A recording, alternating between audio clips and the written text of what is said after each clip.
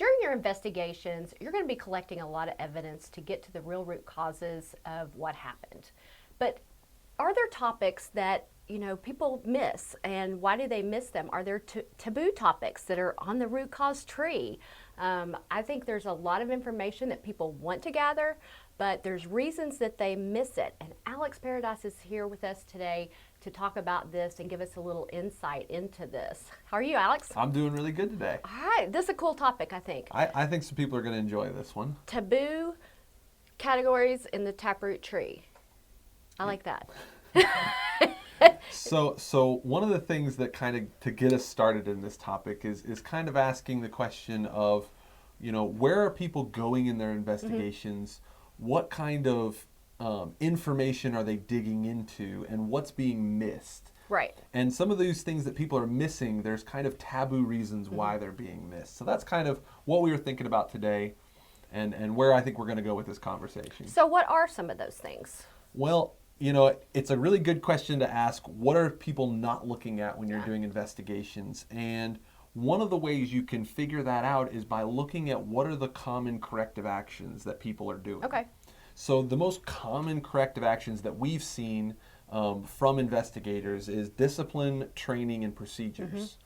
And what does discipline, training, and procedures all have in common? What do you think? They relate to the person that's involved in the incident. They're all about fixing that employee. Yeah. And they're focused on how do we change the employee's behavior. And what you can hear from just those three is they're not asking questions about what was the organization's role in setting that employee up for success. And were they maybe doing what they were supposed to do and things went wrong? Exactly. So, when you're starting to look at the information you should be collecting, one of the things to always remember is to be looking at the supervision and management side of it. So those are the kind of things that are often missed is that communications inside and that other side of it. So why are they missed? Well, why they're missed can I kind of think of two things. So there's three categories that are often missed that we see on the root cause tree: work direction, management systems, and communications. Right. Now, two of those, work direction and communications, those are often missed because the person that's doing the investigation is the supervisor. Right. And they're the ones who provided the work direction and verbally communicated what was going on.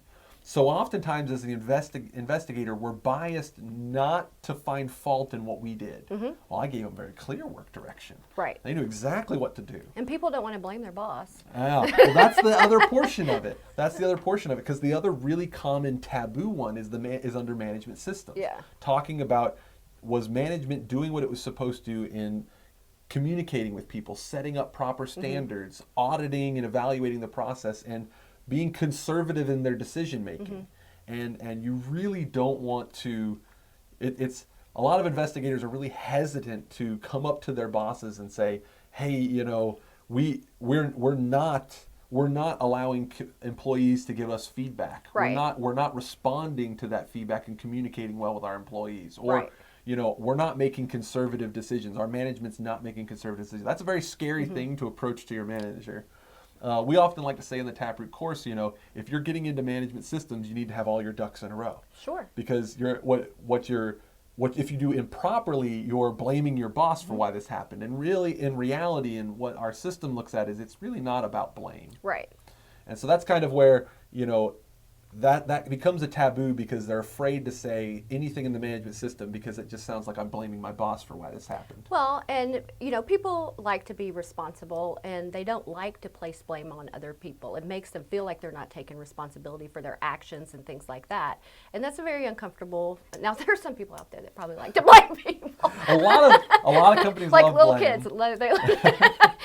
He did it. Well, that's a really good point too, with especially for supervisors, because a lot of times we may not realize we didn't prepare the worker, we didn't do a good job of briefing or selecting the right worker or doing the right amount of supervision during the job.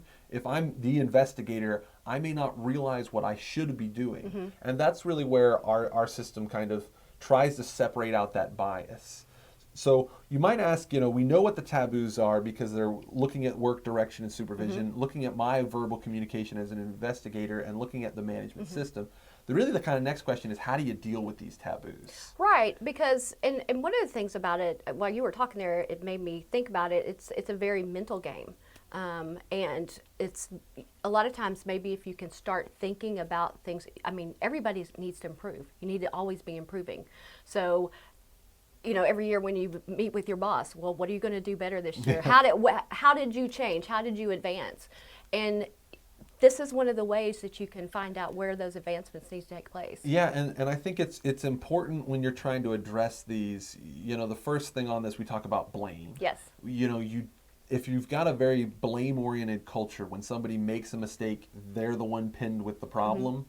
That makes especially supervisors and managers more hesitant to put that onus on someone else and not on them. Right. Whereas I think our process really says it's a blame-free process. We want to know where our systems failed. And that's where this kind of readdresses it, where it's not you as the supervisor did a bad job. Right. It's really, these are the lessons learned we need to take going forward and apply for best practices, so that when we communicate what needs to be done, it's done effectively, so that the person knows what they're supposed to do, and they're aware of the hazards that are in the area. Everybody keeps improving. So that's kind of one first portion of this. The second part is kind of removing that investigator bias. And so, again, we talked about these are taboo because I'm investigating myself. Right, exactly. Right? So there's some bias in there to not or find your buddy. fault. Or your buddy, Those exactly. are always good. So one of the things in the Taproot process that we have to remove investigator bias is we've got the 15 questions that are in the Human Performance Troubleshooting Guide. Right. And what we teach people is to always ask all 15 questions. Because even though you're pretty certain that a mistake might have a training component, Sure. or you're pretty certain that a mistake might be due to the fact that our policy wasn't clear, there may be other human performance factors that we need to consider. Yeah. So that's why in the Taproot process, we always have you ask all 15 questions, because that way you're not missing those opportunities to look at your management system, to look at your communications, to look at your work direction. Yeah, make it a broad overview of what's gone on. We had a client that just finished a Taproot course, and they did their incidents that they used were they took something they did in another method and did it in Taproot, and suddenly they had all these other factors that were involved. Well, and I'm glad, because I had the exact, I had a meeting today with a client. We had the exact same thing. They had done a Y tree investigation, and they had it all filled out, and then they had just got Taproot training, and they said, we're going to evaluate this one, and they marked everything on there that was in, that they had found in their previous investigation. They made their snap chart, marked it all out. Then they started marking, well, here's the additional facts I found using this Taproot method, Right. and this is the additional root causes I found. They marked it out, and you could see where they started digging into some of these taboo topics, talking about their work direction, talking about that management system, the auditing systems, the systems that they have in place for corrective action management. And that's where, really digging into these taboo topics can really separate out your investigations from kind of those standard investigations you see in other places. So how do we get companies to not be afraid of these topics? So, like I said, the eliminating blame and using some of the techniques we teach you for that. The other kind of thing that's unique with this is really working on kind of different interviewing techniques. If you're worried about broaching taboo topics and worried about supervisor bias, especially if you're interviewing supervisors and managers, using some of the different interviewing techniques that we teach for cognitive interviewing and gathering and evidence collection, those can really help you sort fact from fiction and get people to not give you the story they think you want to hear, but give you what actually happened. Very important, because that's the foundation of your investigation to start with. And if you can just let them talk, and sometimes those topics may end up revealing themselves. Yeah, I think the biggest thing you can do is asking the questions that we have in the Taproot root cause tree, those 15 human performance questions, that make sure you're not missing these taboo ones. It makes sure you're doing the due diligence and digging into those. And that's where I really think a lot of companies get the value, is when they're really focusing on asking the questions that a human performance expert would ask. Sure, absolutely, because most of them are not that. I mean, there are some out there, but most of them, like we get in our class, aren't human performance experts. And so it's like, well, y'all teach how to stopping human error and things like that. A lot of these things sound like blame-oriented type things, but they're not. And when you get down to looking at your corrective actions and stuff, you can see how, oh, well, this is a really good idea. This is, it's not that I didn't do a good job.